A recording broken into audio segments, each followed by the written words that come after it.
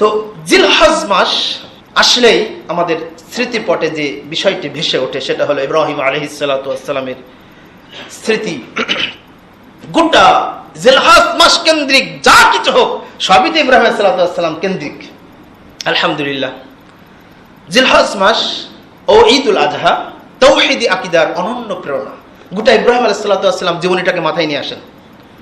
তিনি তার জীবনটাকে সংক্ষিপ্তভাবে ছোট ছোট বিষয় নিয়ে তার মাথায় নিয়ে আসেন, আলোচনা শুনতে বুঝতে সহজ হবে। তার গোটা জিন্দেগি তিনি কিভাবে পার করেছিলেন। এমনিতেই জিলহজ মাসের ফজিলত এত বেশি নয়, এটার অনেক কারণ আছে, কিন্তু এই কারণের দিকে আমি যাব না।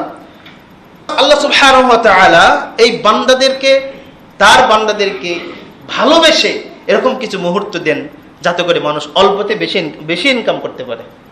আমরা যেমন অল্পতে বেশি ইনকাম করার জন্য কত পথ খুঁজি, আল্লাহ তাআলা আমাদেরকে সেই সুযোগ করে দিয়েছেন আখিরাতে অল্প কাজ করে বেশি ইনকামের জন্য।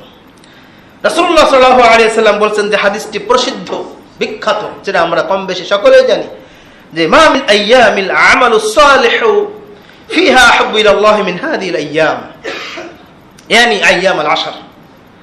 বলে জিলহজের প্রথম 10 দিনের আমলের নেকি, আমলের সওয়াব অন্য সকল দিন অপেক্ষা আল্লাহ সুবহানাহু ওয়া তাআলার কাছে সবচেয়ে বেশি প্রিয়। খেয়াল করুন, এখানে আইয়াম বলা হয়েছে, আইয়াম মানে কি? দিন। আর লাইলাতুল কদর বলা হয়েছে, রমজান মাসে রয়েছে লাইলা, রাত। উলামায়ে কেরাম বলছেন যে সবচেয়ে পছন্দের ফজিলতপূর্ণ রাত হলো লাইলাতুল কদরের শেষ রাত, 10 রাত। আর সবচেয়ে প্রিয় পছন্দের ফজিলতপূর্ণ দিন সমূহ হলো এই 1000 প্রথম 10 দিন, প্রথম 10 দিন এর দিনের সবচেয়ে দিন, আর রাতটা হলো লাইলাতুল কদর। সমান গণ্য করেছেন কেউ কোন উলামায়ে কেরাম লাইলাতুল কদরের চেয়েও এই জিলহজের প্রথম 10 তারিখকে বেশি প্রাধান্য দিয়েছেন।